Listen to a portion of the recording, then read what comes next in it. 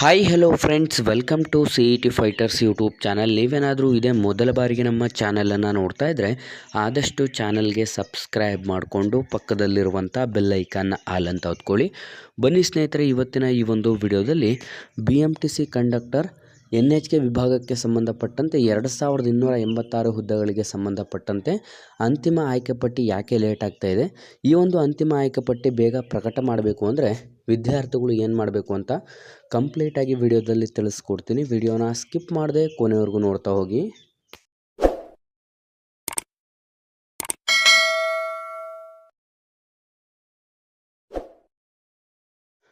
ಇಲ್ಲಿ ಕಾಣಿಸ್ತಾ ಇದ್ದು ನೋಡಿ, ಇದೊಂದು ಕಂಪ್ಲೀಟಾಗಿ BMTC ಕಂಡಕ್ಟರ್ NHK ವಿಭಾಗಕ್ಕೆ ಸಂಬಂಧಪಟ್ಟಂಥ 2286 ಹುದ್ದೆಗಳಿಗೆ ಸಂಬಂಧಪಟ್ಟಂತೆ ಆಯ್ಕೆಯಾದಂಥ ಒಂದು ಪ್ರಾವಿಷನಲ್ ಸೆಲೆಕ್ಷನ್ ಲಿಸ್ಟ್ ಕೂಡ ಇದಾಗಿರುತ್ತೆ.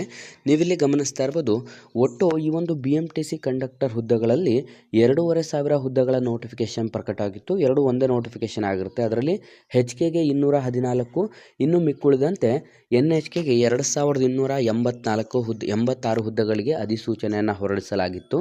ಆದರೆ ಈ ಪೈಕಿ HKಗೆ ಆಲ್ರೆಡಿ 1:1 ಪ್ರಾವಿಷನಲ್ ಲಿಸ್ಟನ್ನು ಬಿಟ್ಟು 1:1 ಫೈನಲ್ ಲಿಸ್ಟನ್ನು ಬಿಟ್ಟು ಇದೀಗ ವಿದ್ಯಾರ್ಥಿಗಳು ಅವರಲ್ಲಿ ಆಯ್ಕೆಯಾದಂಥ ಅಭ್ಯರ್ಥಿಗಳು ಈಗ 3 ರಿಂದ 4 ತಿಂಗಳ ಒಂದು ವೇತನವನ್ನು ಕೂಡ ಪಡೆದುಕೊಂಡಿರ್ತಾರೆ ಜಾಯ್ನ್ ಆಗಿ.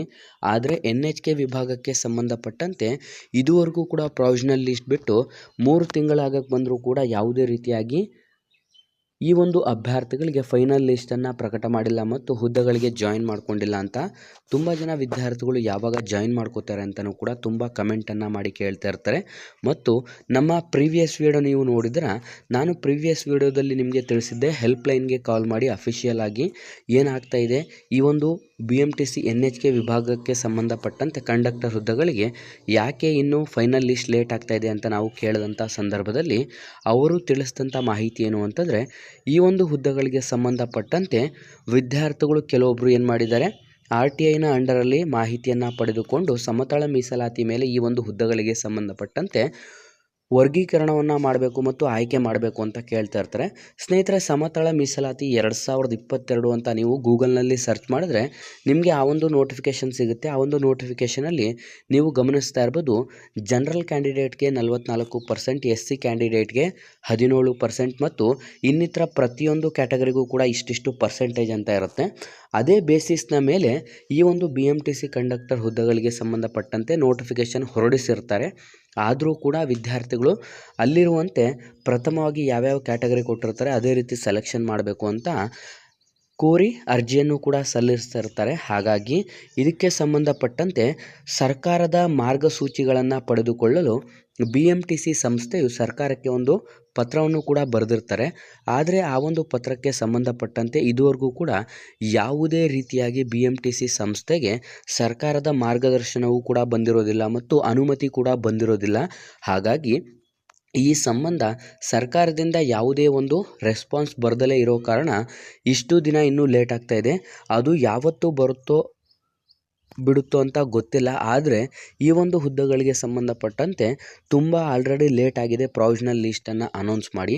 ಹಾಗಾಗಿ ವಿದ್ಯಾರ್ಥಿಗಳು ಗಮನಿಸ್ಬೋದು, ಈ ಒಂದು ಹುದ್ದೆಗಳಿಗೆ ಸಂಬಂಧಪಟ್ಟಂತೆ ಸರ್ಕಾರದಿಂದ ಮಾರ್ಗಸೂಚಿ ಯಾವಾಗ ಬರುತ್ತೋ ಬಿಡುತ್ತೋ ಅದು ಆಲ್ರೆಡಿ 2 ತಿಂಗಳಿಗಿಂತ ಹೆಚ್ಚಿನದಾಗಿ ಸಮಯವನ್ನು ತೆಗೆದುಕೊಂಡಿರುತ್ತೆ ಸರ್ಕಾರ. ಆದರೂ ಕೂಡ ಇನ್ನೂ ಯಾವುದೇ ರೀತಿಯಾದಂಥ ಮಾರ್ಗಸೂಚಿಗಳಾಗಲಿ ಅಥವಾ ಅನುಮತಿಯಾಗಲಿ BMTC ಸಂಸ್ಥೆಗೆ ನೀಡಿರೋದಿಲ್ಲ.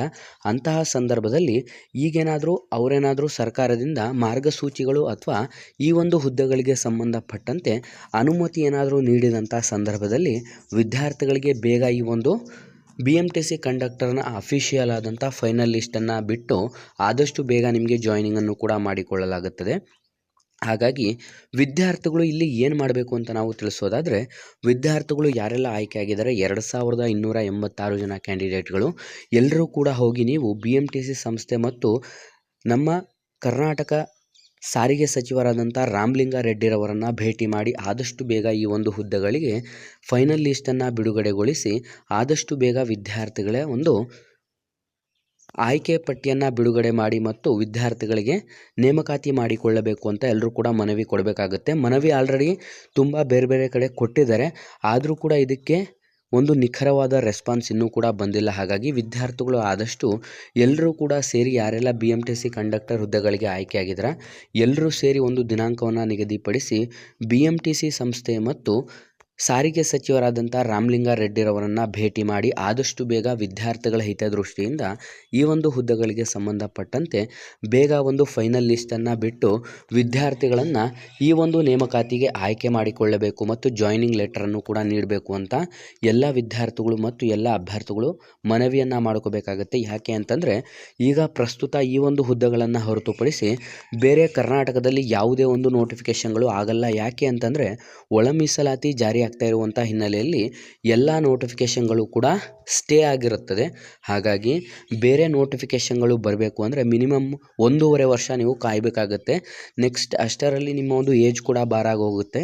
ಹಾಗಾಗಿ ಈಗ ಪ್ರಸ್ತುತ ಆಯ್ಕೆ ಆಗಿರುವಂಥ ಹುದ್ದೆಗಳಿಗೆ ಆದಷ್ಟು ಜಾಯ್ನ್ ಆಗಬೇಕು ಅಂತಂದರೆ ವಿದ್ಯಾರ್ಥಿಗಳು ಎಲ್ಲರೂ ಸೇರಿ ಈ ಒಂದು ಹುದ್ದೆಗಳಿಗೆ ಸಂಬಂಧಪಟ್ಟಂತೆ ಎಲ್ಲರೂ ಕೂಡ ಮನವಿಯನ್ನು ಮಾಡ್ಕೋಬೇಕಾಗುತ್ತೆ. ಹಾಗಾಗಿ ಆದಷ್ಟು ಈ ಒಂದು ಮಾಹಿತಿಯನ್ನು ಲೈಕ್ ಮಾಡಿ ಮತ್ತು ಎಲ್ಲ ಗ್ರೂಪ್ಗಳೊಂದಿಗೆ ಶೇರ್ ಮಾಡೋದ್ರ ಮೂಲಕ ಹೆಚ್ಚಿನ ಮಾಹಿತಿಗಳಿಗಾಗಿ ನಮ್ಮ ಚಾನಲ್ಗೆ ಸಬ್ಸ್ಕ್ರೈಬ್ ಮಾಡ್ಕೊಳ್ಳಿ ಅಂತ ತಿಳಿಸ್ತಾ ಇದ್ದೀವಿ ಸ್ನೇಹಿತರೆ.